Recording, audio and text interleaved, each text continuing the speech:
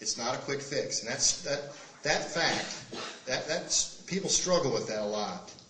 They want to come in when they're having pneumonia, they get an antibiotic, and they're better in 5 or 6 days. They don't want to come to the doctor, me, a psychiatrist, say, Doc, I'm depressed, get me better in 2 or 3 or 5 or 6 days. I can't do it. I don't know how to do it. I can't. There's no way that I know of to get you better. Sure, cocaine, okay? But then you got a whole other problem, all right? Now you have an addiction. Well, you didn't need that, okay?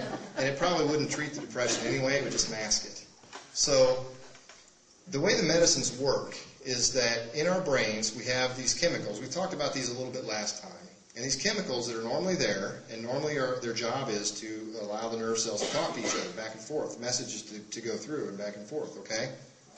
And they work in all different parts of the brain. But in the part of the brain that controls mood, these chemicals, the theory is anyway, that these chemicals get low. Why? We don't know. How they got that way, we're not sure. Somehow the stress or something does that to them. We don't know for sure. But these chemicals get low. So how does Prozac work in medicines like that? It actually allows you to, it blocks the recycling of those chemicals so that they don't get chewed up or sucked back up into the nerve cell. They can stay floating around out there and the message gets through a little better. Okay? That happens when you take Prozac, your chemicals in your brain go up within 3 days. Why does it take 10 to 12 weeks for full effect? Because it's not so easy. It's not, depression is not just a chemical imbalance probably. What happens is you take the Prozac, it increases that chemical in your brain, serotonin is what it is if you're interested, increases the serotonin within a few days, but then that does something else, which then does something else, which does something else, and finally, 10 to 12 weeks later, you get better. What does the research show that antidepressants do besides just boosting the chemicals? What's the sort of the downstream effects? Remember the stress response system I talked about? Cortisol and all that stuff when you get chronically stressed by something? The antidepressants have been shown to dampen that system down a little bit.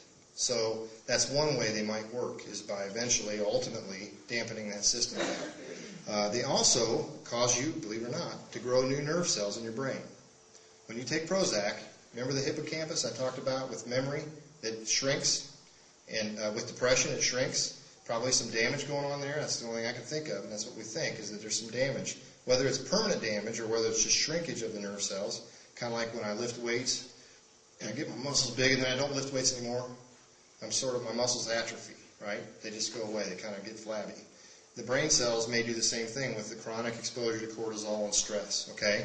If the antidepressants make new nerve cells in that part of the brain, which they've been shown to do, that might be one of the ways they help depression as well. That's a little theoretical, but we definitely know they make new nerve cells in that part of the brain. And we know that that part of the brain shrinks. Definitely something there if you ask me. So are they illicit drugs? No. You don't usually use these medicines to abuse them. I mean, you just don't get high on them. There's no market for that kind of thing. They take too long to work. Do they make you a zombie? That's another one I hear a lot.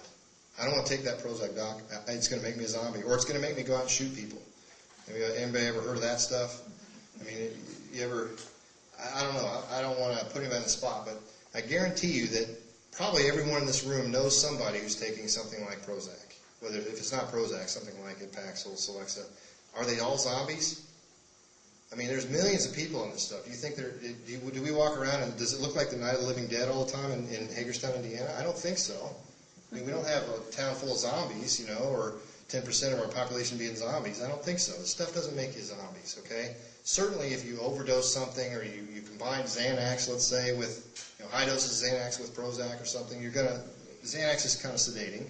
That's how they work. They calm the brain down, Valium, Xanax, all those. They calm the brain down.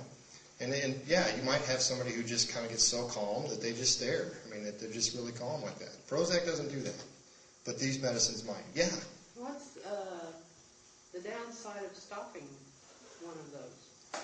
Excellent question. The question was, for the rest of you, is what's the downside of stopping an antidepressant? There's multiple layers to that question, okay? The first thing is we got to find out did the person benefit from the medicine? So did they have depression and they started the Prozac or whatever it is, let's do Zoloft, whatever.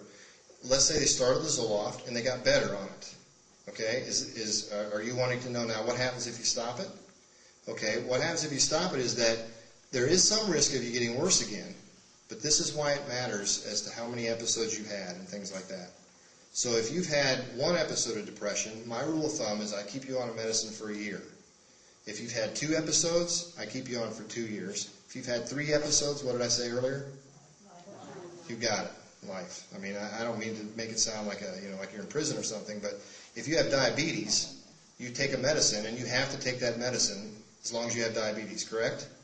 If you have hypertension, high blood pressure, you have to take that medicine to treat that illness. We're not curing these illnesses with Prozac. We're not curing the diabetes with the insulin. But if you take the insulin, you have a fairly good chance of living a fairly normal life, doing the things like everyone else. So Prozac or Zoloft or any of these others, if you stop the medicine, the illness could come back. That's one thing. Some of the medicines, here's another part of your question, some of the medicines are kind of short-acting. Paxil is one, Effexor is another, Luvox is another. These medicines that are short-acting, they go into your body and your brain, they do what they're supposed to do, but then they start to come out kind of quick out of your system if you stop them cold turkey. And the result of that is you can have some withdrawal. Now, is it alcohol withdrawal or deadly kind of withdrawal? No, it's not like that at all. But it's more like a dizziness or an upset stomach, GI upset, headaches, things like that. It's uncomfortable. It's not good. I mean, if you don't have to have it, why? You shouldn't have it. So don't ever just stop the medicines. You should always, the doctors can help you, work out some kind of tapering schedule where you gradually lower it. And if the medicine didn't work and that's why you're stopping it, then you probably want to go ahead and try something else anyway. So what I do is it's a fancy word is cross taper. I lower down the one as I start slowly easing up the other one. That prevents any withdrawal and also prevents them from getting worse by coming down really low and then not having any medicine for a while because the new one's going to take a while to kick in. Did that answer? Okay. Yeah? Does Librax fall in here anywhere? Librax, excellent question. Librax is a combination of well, let me not give you the technical terms. It's a combination of Librium. You can hear the Librium. It's a combination of that, which it's a long-acting type of Xanax. I mean, Xanax and Valium and Librium, all those medicines are in the same class, and they're not necessarily bad. I mean, Librax is a medicine for irritable bowels, for folks that have overactive bowels, okay? And so it's a combination of Librium and a medicine that slows the bowel activity a little bit so that you don't have diarrhea and stuff as bad and cramping and all that. And some folks, they really need that. That's a good medicine for them. So that's what Librax is. The question was, what is Librax? But what would be the side effects of, quitting that? Like if it's working and then you miss a pill, miss 2 doses or whatever? The side effects or the withdrawal of any medicine, the easy way to think of this is the withdrawal of any medicine is the opposite of what it does for you. So if you cold turkey off a medicine that slows your bowel activity down, what do you think is going to happen to your bowels? But I'm talking like emotional. Might have diarrhea. Yeah, so let's go to this. So let's talk about the other half of it, not the bowel part, but the Librium part. Interesting thing is Librium has a long activity in the body, in the brain.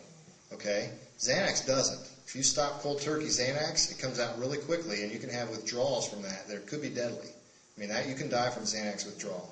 Ativan withdrawals, another one, Klonopin. Some of these others that are real short, that last in your body a real short period of time or an intermediate period of time.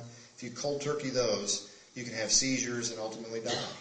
And the reason is because if you've been on it for a long time at a high dose, and it's calming the brain activity down, and then you stop it and it comes out immediately. It's like you're driving your car. It's like you're putting the brakes on in the car.